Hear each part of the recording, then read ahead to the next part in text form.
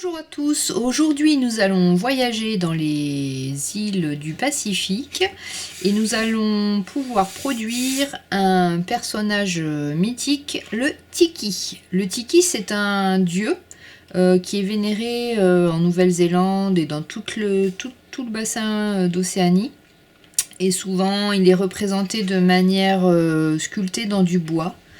Donc là aujourd'hui nous on va pas sculpter dans le bois mais on va le dessiner et je suis sûre que vous avez tous de la ricorée, de la chicorée soluble dans votre cuisine ou du café et on va peindre à partir de ce produit issu de la cuisine.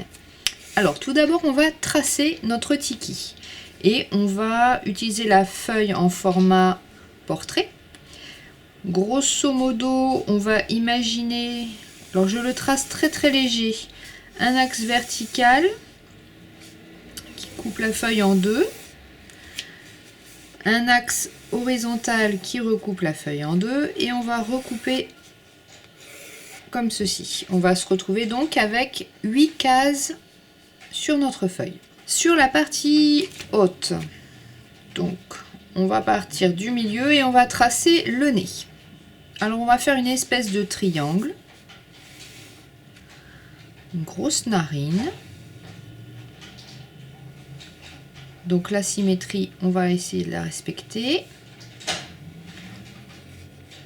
Donc vous voyez, c'est assez disproportionné, très stylisé. Donc nous allons pouvoir tracer les yeux. Et nous allons pouvoir tracer la bouche. Donc la bouche, on va faire quelque chose en forme un petit peu de banane. Et on va lui rajouter des dents assez effrayantes. Donc vous avez vu, mes traits de construction de départ se gomment bien. Il faut vraiment le faire très léger. C'est pour juste vous donner des repères. Les axes verticaux, horizontaux, c'est à peu près pour avoir des proportions. On va rajouter des sourcils. On peut rajouter des traits horizontaux dans les yeux. On peut rajouter... Alors vraiment, les peuples océaniens, c'est très graphique ce qu'ils produisent. Donc il y a souvent plein de petits traits qui reviennent à l'intérieur des formes. On peut tracer deux bras.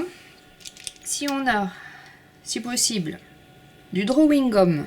Alors ici, il se présente en feutre. C'est un produit intéressant qui va nous permettre, donc là où on le voit, il est un petit peu bleu, il va nous permettre de faire des réserves. Ça veut dire on va conserver notre papier intact, un peu comme la paraffine avec la bougie. Donc on peut repasser tous les traits.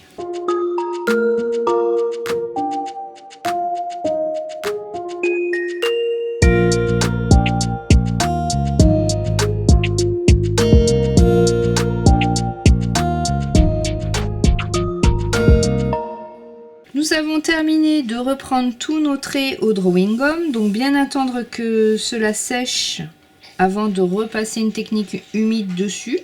Alors la suite du travail se fait avec ma chicorée soluble ou mon café. Donc à l'intérieur de mon motif, je vais pouvoir créer des dégradés, créer des effets. Donc par exemple...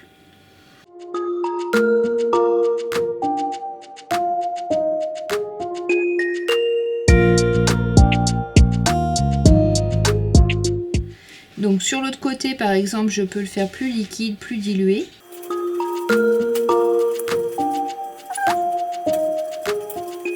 Vous voyez, je peux aménager des petits dégradés en rejoignant les deux zones pour que ça se rencontre et que ça devienne plus harmonieux. Un petit cure-dent. On pourrait imaginer scarifier. Donc là, l'avantage de la ricorée, c'est comme c'est un petit peu collant, un peu épais, sirupeux, je vais pouvoir graver à l'intérieur des zones les plus foncées et scarifier la peau de mon tiki. Par contre, là où vous voyez où c'est très liquide, où elle a été très diluée, ça fait l'effet inverse en fait. C'est-à-dire que là, je vais creuser le sillon dans le papier et le concentré de chicorée va venir dans le trait. Donc ici on travaillait plutôt en enlevé et on a ôté de la matière. Ici c'est plutôt en profondeur et ça vient dans le papier. Donc on a un petit peu un effet en négatif.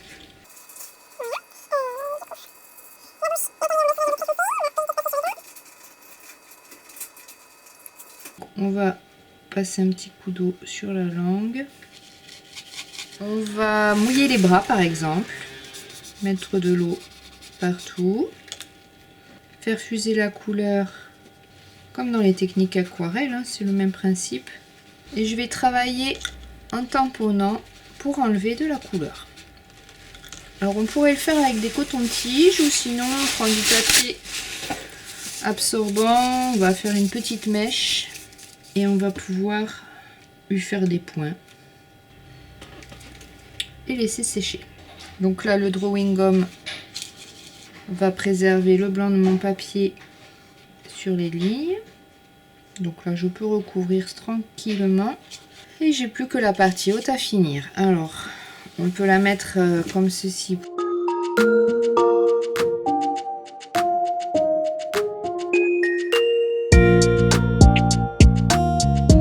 Alors on peut même voir ce que ça fait si je pose directement la poudre. Alors, pendant que c'est encore humide, on voit ça brille, je vais positionner du sel, voir ce que ça fait. Alors vous allez me dire c'est très bizarre. Le sel c'est un agent blanchisseur et du coup il devrait grignoter la couleur. On voit déjà ça absorbe par endroits et ça va demander un petit peu de temps à sécher, mais je pense que on va être surpris du résultat. Le tiki est sec. On va procéder à l'enlèvement du drawing gum. Donc je frotte avec la pulpe de mon doigt.